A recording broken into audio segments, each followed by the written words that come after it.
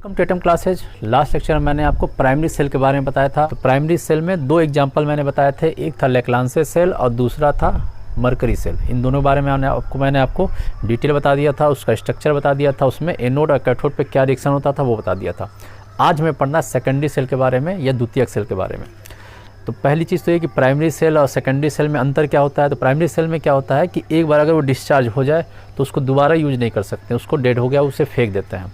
जबकि secondary cell में क्या होगा कि अगर जो है सेल डिस्चार्ज हो जाए तो उसको दोबारा से चार्ज कर सकते हैं और दोबारा चार्ज करने के बाद उसको दोबारा यूज कर सकते हैं। ठीक है, तो ये बेसिक डिफरेंस होता है प्राइमरी सेल और सेकेंडरी सेल में। तो आज हमें पढ़ना है सेकेंडरी सेल के बारे में। तो सबसे पहली चीज़ में यही है कि इसको दोबारा चार्ज कर सकते हैं, और दोबारा चार्ज कर सकते हैं तो इसका मतलब ऐसा हुआ कि जो इसमें रिएक्शन हो रहा है वो रिएक्शन कैसा होगा, रिवर्सिबल रिएक्शन होगा। इसमें जो रिएक्शन है वो है रिवर्सिबल रिएक्शन। जबकि जो प्राइमरी सेल था उसमें रिवर्सिबल रिएक्शन नहीं होता था, उसमें वो यूनिडायरेक्शनल होता था, एक ही डायरेक्शन रिएक्शन होता था। इसमें रिवर्सिबल रिएक्शन होगा, यहाँ से ये बना और वापस रिटर्न भी हो सकता है। ठीक है, तो सबसे पहली चीज़ तो ये है इसमें रिवर्सिबल रिएक्शन होता है। रिवर्सिबल रिएक्शन है तो इसमें दो चीज़ें होंगी। पहला जो क्या हो रहा है कि इसमें जो केमिकल एनर्जी है, केमिकल एनर्जी से अगर हमको मिल रहा है इलेक्ट्रिकल एनर्जी, तो जब भी केमिकल एनर्जी से इलेक्ट्रिकल एनर्जी मिलता है तो इसको बोलते हैं कि हम क्या कर रहे हैं, सेल का या बैटरी का हम यूज कर रहे हैं, सेल और बैटरी को यूज कर रहे हैं। उससे हम क्या कर रहे हैं, उसमें केमिकल रिएक्शन हुआ और उसका जो वोल्टेज मिल रहा है वोल्टेज का हम यूज कर रहे हैं, उससे कोई भी इलेक्ट्रॉनिक इंस्ट्रूमेंट, पंखा, बल्ब, ये सारी चीज़ें जला रहे हैं। ठीक है, तो पहला प्रोसेस ये होता है केमिकल एनर्जी से इलेक्ट्रिकल एनर्जी बनता है, और इस प्रोसेस को बोलते हैं discharging. Discharging of battery, battery या फिर सेल लिख देते हैं, डिस्चार्जिंग ऑफ सेल बोलते हैं। हिंदी में इसे बोलेंगे अनावेशित, अनावेशित। ठीक है, तो सेल का अनावेशित होना इसे कहते हैं। ठीक है, ये हो गया। इस प्रोसेस में क्या होगा कि सेल जो है धीरे धीरे डिस्चार्ज हो जाएगा, और डिस्चार्ज होने के बाद फिर काम करना बंद हो जाएगा, उसमें केमिकल रिएक्शन नहीं होगा, इलेक्ट्रिकल एनर्जी हमें फिर से नहीं मिलेगी। तो उसके बाद क्या करना पड़ता है, इसे हमको चार्ज करना पड़ता है, और चार्ज करने के लिए इसमें फिर से हम क्या करेंगे, कुछ इसमें करंट देंगे, कुछ वोल्टेज देंगे। तो वोल्टेज देने के बाद यहाँ से क्या होता है, उस समय इलेक्ट्रिकल एनर्जी क्या होता है, केमिकल एनर्जी में कन्वर्ट हो जाता है। तो इस प्रोसेस को बोलते हैं चार्जिंग, चार्जिंग ऑफ सेल। ठीक है, तो दो चीज़ें होती हैं, दो प्रोसेस होता है। पहला होता है डिस्चार्जिंग ऑफ सेल, दूसरा होता है चार्जिंग ऑफ सेल। ठीक है, जैसे कि लाइट चली गई तो उस समय इन्वर्टर की जो बैटरी होती है उसका जो यूज करते हैं उसको बोलते हैं डिस्चार्जिंग ऑफ सेल, या डिस्चार्जिंग ऑफ सेल या डिस्चार्जिंग ऑफ बैटरी। फिर वापस लाइट आ जाती है तो उस समय क्या होता है, उसमें बैटरी क्या होता है, चार्ज होने लगता है, तो उस प्रोसेस को बोलते हैं चार्जिंग ऑफ सेल। और इसे हिंदी में बोलेंगे आवेशित, आवेशित, सेल का आवेशित होना या फिर बैटरी का आवेशित होना। तो ये दो प्रोसेस है, डिस्चार्जिंग और चार्जिंग। ठीक है, तो ये दोनों प्रोसेस किस में होता है, सेकेंडरी सेल में होता है। जबकि प्राइमरी सेल में क्या होता है, सिर्फ और सिर्फ ये डिस्चार्जिंग वाला प्रोसेस होता था। ठीक है, चार्जिंग वाला प्रोसेस नहीं हो सकता था, इसीलिए उसको एक बार यूज किए, जब डिस्चार्ज हो गया तो उसको हम क्या करते हैं, डिस्पोज कर देते थे, फेंक देते थे। ठीक है, तो ये टोटल था सेकेंडरी सेल के बारे में। अब सेकेंडरी सेल को क्या बोलते हैं, एक और इसका नाम होता है जिसको बोलते हैं स्टोरेज सेल। इसका दूसरा नाम होता है स्टोरेज सेल, यहाँ पे लिखा हुआ है। ठीक है, अब इसमें दो एग्जाम्पल हमें पढ़ना है। ठीक है, सेकेंडरी सेल में दो एग्जाम्पल पढ़ना है। पहला एग्जाम्पल क्या होता है, जिसको बोलते हैं lead, LEAD, lead storage cell या फिर बैटरी। हिंदी में से बोलेंगे लेड संचालक सेल। ठीक है, लेड संचालक सेल, या फिर लेड को बोल सकते हैं सीसा। तो दूसरा हिंदी में दो वर्ड लिख सकते हैं, इसको सीसा संचालक सेल या फिर लेड संचालक सेल। तो पहला तो हमें इसके बारे में पढ़ना है, और दूसरा हमें पढ़ना है जिसको बोलते हैं निकिल कैडमियम स्टोरेज सेल। ठीक है, तो ये दो सेल के बारे में पढ़ना है। ये दोनों सेल किसका एग्जांपल है, सेकेंडरी सेल का एग्जांपल है।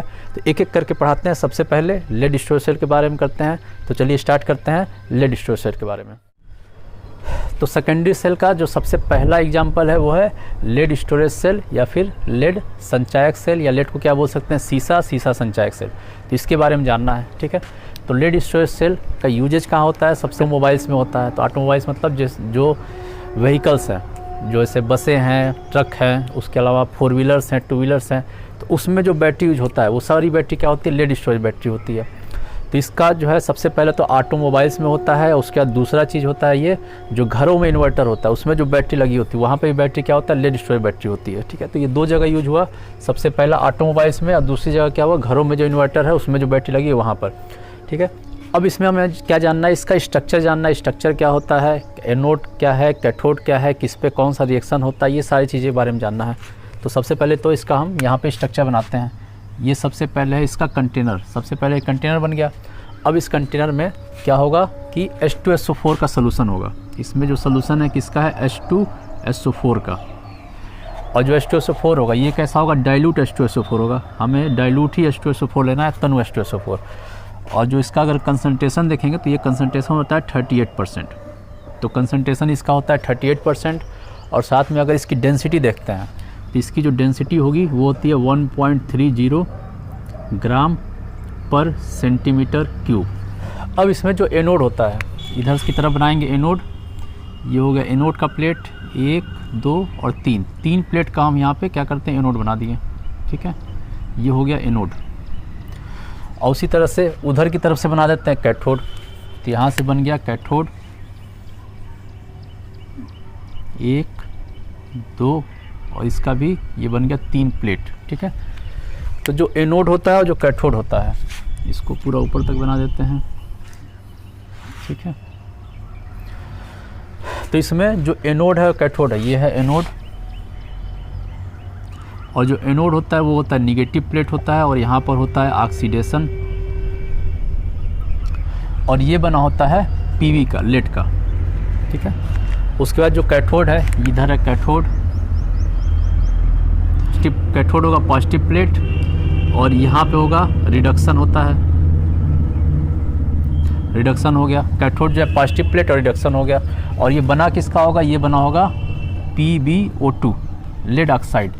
तो जो एनोड होता है वो लेड का बना होता है, जो कैथोड होता है लेड ऑक्साइड का बना होता है, ठीक है। अब इसमें जो ये प्लेट लगा हुआ है, प्लेट बोल सकते हैं या फिर इलेक्ट्रोड बोल सकते हैं। यहाँ पे कितना प्लेट बना है, 3 प्लेट बनाओ, 3 एनोड का है, 3 कैथोड का है। तो ये जो नंबर ऑफ प्लेट्स होता है ये कितना इसमें होता है, लेड स्टोरेज सेल में हो सकता है 3 से 6, ठीक है। ये 3 से 6 हो सकता है। अभी यहाँ पे 3 का बना हुआ है, 3 एनोड का 3 कैथोड का।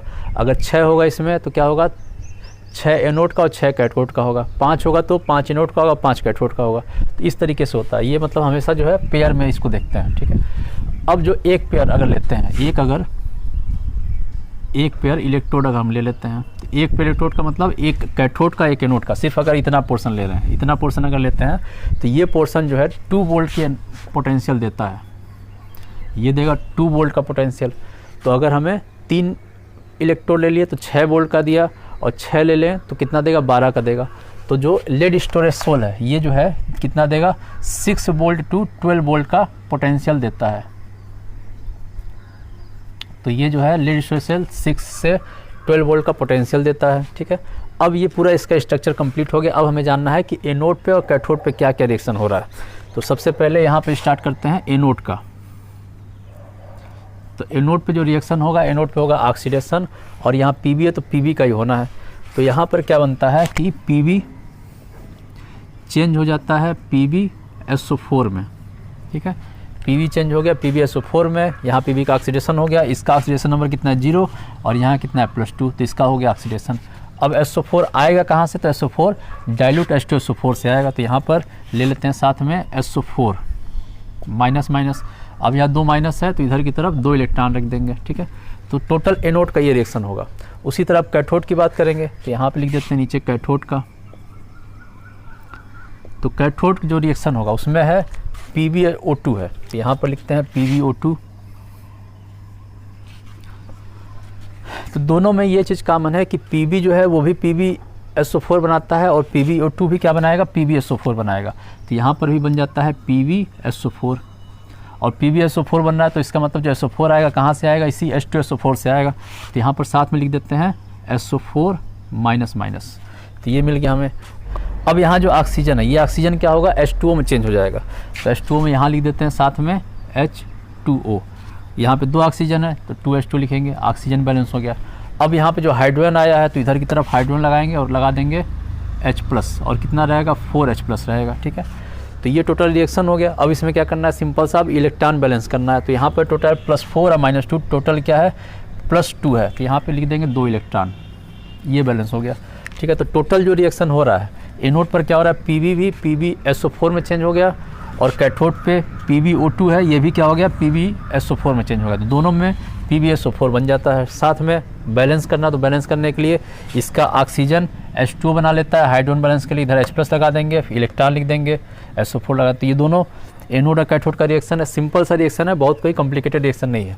ठीक है, अब इन दोनों रिएक्शन का कंप्लीट रिएक्शन लिखना है, मतलब एनोड को कैथोड रिएक्शन को अगर हम जोड़ देते हैं तो मिल जाएगा हमको कंप्लीट रिएक्शन। तो कंप्लीट रिएक्शन में क्या हो रहा है कि यहाँ का इलेक्ट्रॉन और यहाँ का इलेक्ट्रॉन दोनों कट जाएगा, बाकी चीज़ें बची रह जाएंगी। तो बाकी चीज़ लिख देते हैं, क्या होगा, सबसे पहले तो Pb, ये Pb हो गया, साथ में क्या है PbO2 अब प्लस SO4 तो 2 हो जाएगा मॉलिक्यूल, 2 आयंस हो जाएंगे SO4 माइनस के, अब प्लस 4 आयंस हो जाएंगे H+ के। तो टोटल इधर की तरफ हो गया। अब एरो लिख के इधर का लिखना है, तो PbSO4 2 है तो लिख देंगे 2 PbSO4 अब प्लस इलेक्ट्रॉन तो कैंसिल हो गया था, ये बच गया 2H2O। तो ये है कंप्लीट रिएक्शन। तो टोटल कंप्लीट रिएक्शन ये होता है। अब इसमें क्या है, जो SO4 है H+ है, इन दोनों को हम क्या लिख सकते हैं, इन दोनों को लिख सकते हैं H2SO4, 2 मॉलिक्यूल। तो इस पूरे जगह हम ये भी लिख सकते हैं और यही लिखा जाएगा। तो यहाँ पे क्या हो जाएगा, Pb + PbO2 + 2H2O, एरो देके 2 PbSO4 + 2H2O।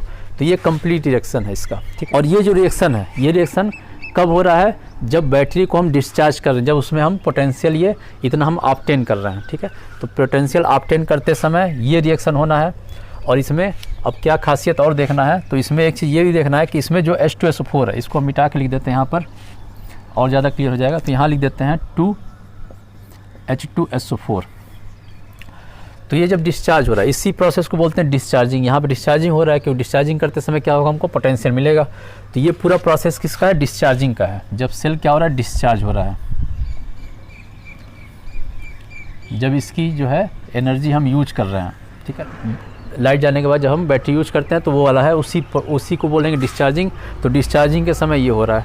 अब इसमें हो क्या रहा है कि जो इसमें इस सोल्यूशन में H2SO4 है, तो वो क्या हो रहा है, यहाँ पे यूज हो गया, और यूज होने के बाद क्या बना रहा है, PbSO4 में कन्वर्ट हो जा रहा है। तो इसका जो सोल्यूशन है, इसमें जो ये सोल्यूशन है, इलेक्ट्रोलाइट है, इसका कंसंट्रेशन क्या होगा, 38% से धीरे धीरे घटने लगेगा, या फिर कह सकते हैं डेंसिटी भी धीरे धीरे घटने लगेगी। तो डेंसिटी ये घटती जाती है जब भी हम इसको यूज करते हैं बैटरी को, या फिर डिस्चार्जिंग के समय कह सकते हैं during discharging density of H2SO4 is decrease, या फिर जब बैटरी को हम यूज कर रहे हैं तो उस समय क्या होगा, उसका घनत्व तो क्या होगा, घटने लगेगा। और घट के ये जब बनने जाएगा 1.2 ग्राम पर सेंटीमीटर क्यूब।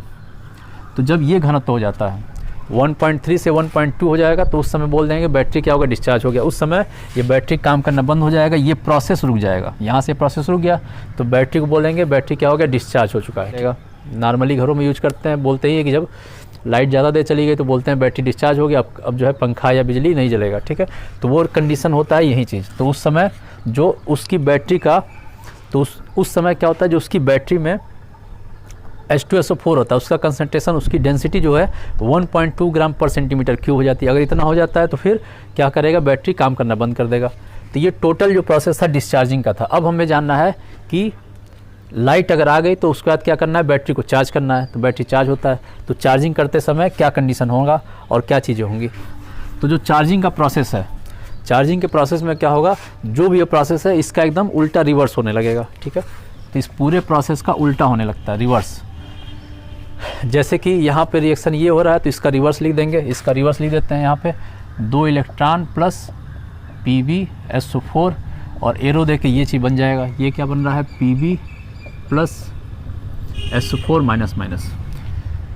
तो यहाँ पे ये रिएक्शन होगा, इसका रिवर्स हो गया। ये कब होगा, चार्जिंग के समय, जब बैटरी को हम चार्ज कर रहे हैं, चार्जिंग। और इसको हिंदी में बोलते हैं आवेशित करना, आवेशित।